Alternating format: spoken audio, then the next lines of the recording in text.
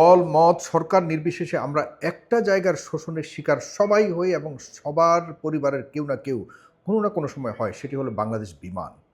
প্রিয় বন্ধুরা, আপনারা সবসময় আমাকে কোনো না কোনো উপায়ে বাংলাদেশ বিমানের দুর্নীতি নিয়ে কথা বলবার জন্য বহুবার আপনারা আমার কাছে অনুরোধ পাঠিয়েছেন। প্রবাসীরা তো আছে, প্রবাসীরা তো এখানে পার্মানেন্ট শোষণের কাস্টমার। প্রবাসীরা বাংলাদেশ বিমানের সবচেয়ে বড় টার্গেট। আমার দুঃখ ভারাক্রান্ত হৃদয় নিয়ে বলতে হচ্ছে যে, যে প্রবাসীরা সারা বছর জুড়ে আমাদের দেশের জন্য নিজের ঘাম, মাথার ঘাম পায়ে ফেলে, রক্ত ফেলে, রক্ত শরীর থেকে তো ঘাম পড়ে না, রক্ত পড়ে।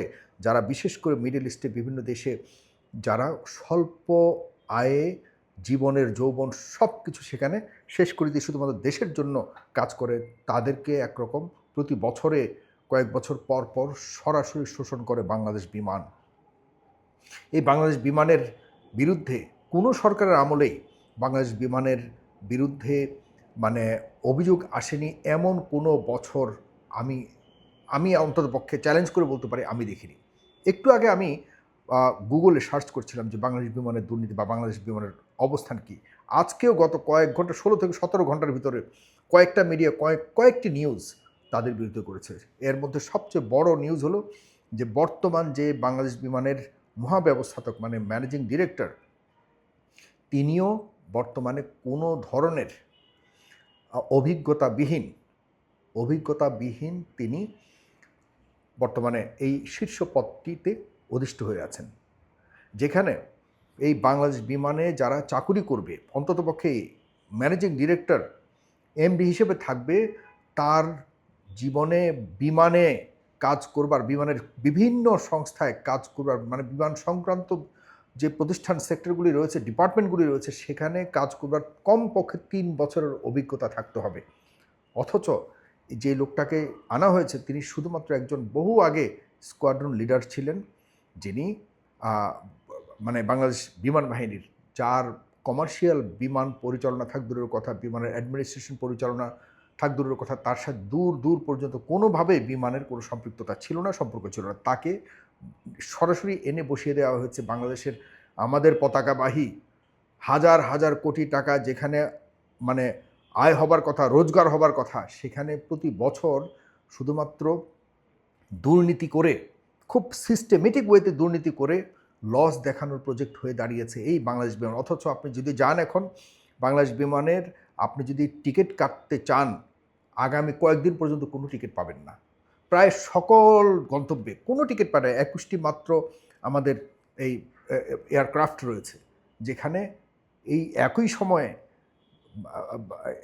এমিরেটস এয়ারলাইন্স, আমাদেরও প্রায় ১৩-১৪ বছর পর এমিরেটস এয়ারলাইন্স তাদের এই এয়ারলাইন্স প্রতিষ্ঠিত হয়েছিল, অথচ তাদের প্রায় ৮০টি রুটে তাদের ২৫০ বিমান চলতেছে। ৮০টি গন্তব্যে তাদের ২৫০ বিমান চলতেছে, নাম্বার ওয়ানে পরিণত হয়েছে। আর আমরা ১৯৭২ সালে আমাদের বাংলাদেশ বিমান প্রতিষ্ঠিত হওয়া সত্ত্বেও আমরা এখন পর্যন্ত সরকারকে কোনো দিন আমরা লাভ দেখাতে পারিনি। কখনো কখনো মেকি মানে তৈরিকৃত লাভ দেখা, যেটি ইন্টারিম সরকার আমরা দেখিয়েছিল, তাও অনেক বকে আমাদের মাথার উপরে হাজার হাজার কোটি টাকার ঋণ, আর আমরা কোনো রকম লাভ দেখানোর লোক দেখানোর লাভ দেখিয়েছিলাম। আপনি যদি এখন যান বিমানের কোনো মানে বলাকা অফিসে যান, সেখানে যদি বলেন যে ভাই আমার অমুক দিনের টিকিট লাগবে, সরাসরি বলবে যে ভাই সব টিকিট সোল্ড আউট। কারা কিনেছে? এই যে বড় একটা সিন্ডিকেট আমাদের বিমান যে ব্যবসাটা রয়েছে, বিমান এয়ারলাইন্স রয়েছে, এটিকে যে আঁকড়ে ধরে রেখে আমাদের বিমানের একদম পুরোপুরি মানে আমরা যখন যাই, আমি তো প্রায়ই যাই বিমানে, এমন কোনো বিমান থাকে না যে বিমানে আপনি সহজভাবে সেখানে ভ্রমণ করতে পারবেন। বহু ধরনের মাল্টিপল প্রবলেমস আপনার সামনে দাঁড় করিয়ে দেবে, ওজন থেকে শুরু করে। আজকেও পত্রিকায় দেখলাম আরেকটা, কুয়েত না যেন মধ্যপ্রাচ্যের আরেকটা দেশে, মানে এক দেশে সেখানে ওজন নিয়ে ব্যাপক দুর্নীতি হয়েছে। সেখানে মানে লক্ষ লক্ষ ডলার, এই যে আপনি যখন যান, বিশেষ করে এই আমাদের যে প্রবাসীরা রয়েছে, তাদের ১ তোলা ওজনও ক্ষমা করে না, তাদেরকে পয়সা দিতে হয়। মাঝে মধ্যে যদি হয়, অনেকে আছে দেখা যাচ্ছে তাদের লাগেজ থেকে গুরুত্বপূর্ণ দামি মানে কত কষ্ট করে কেনা এসব দ্রব্য ফেলে দিয়ে আসতে হয়। তারা আনতে দেয় না। কারণ হলো অতিরিক্ত হয়তো ২-৩ কেজি বা ৫ কেজি অতিরিক্ত হয়ে গেলেই তাদেরকে বলা হয় না এটার জন্য পয়সা দিতে হবে।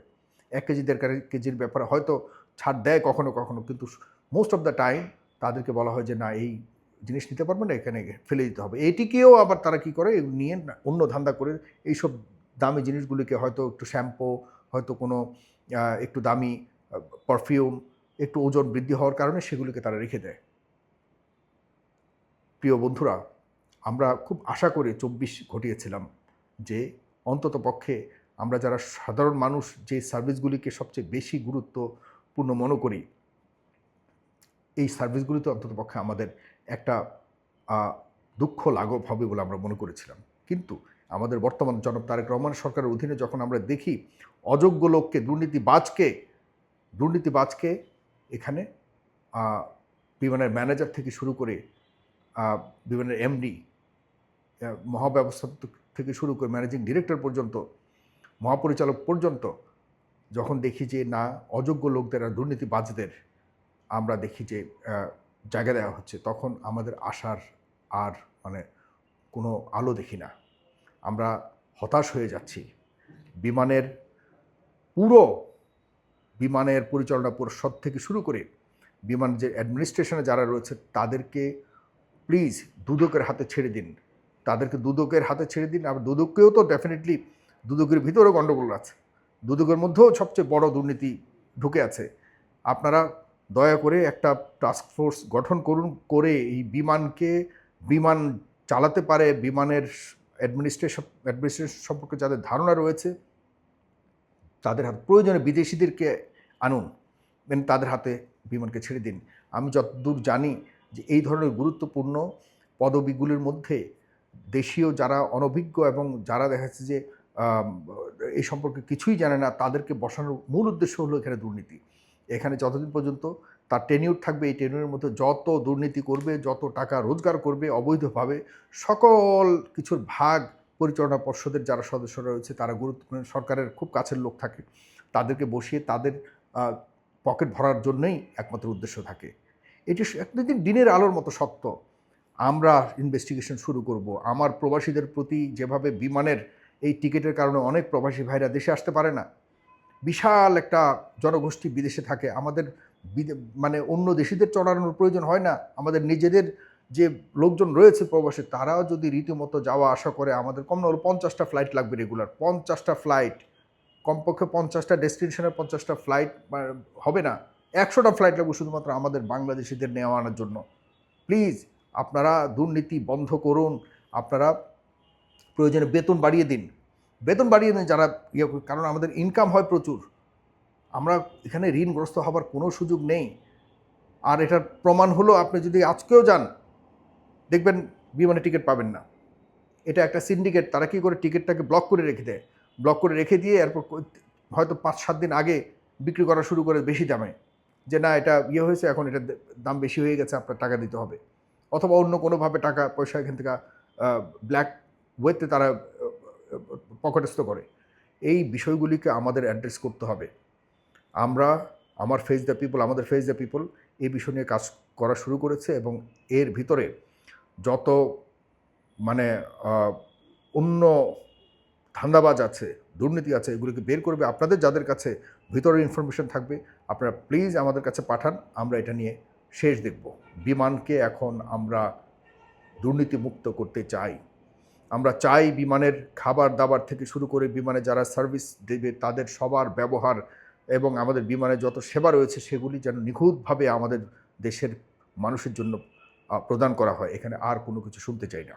প্লিজ একমত হলে আপনারা কমেন্ট করুন, আপনারা আপনাদের জায়গা থেকে কথা বলুন এবং এটাকে শেয়ার করুন।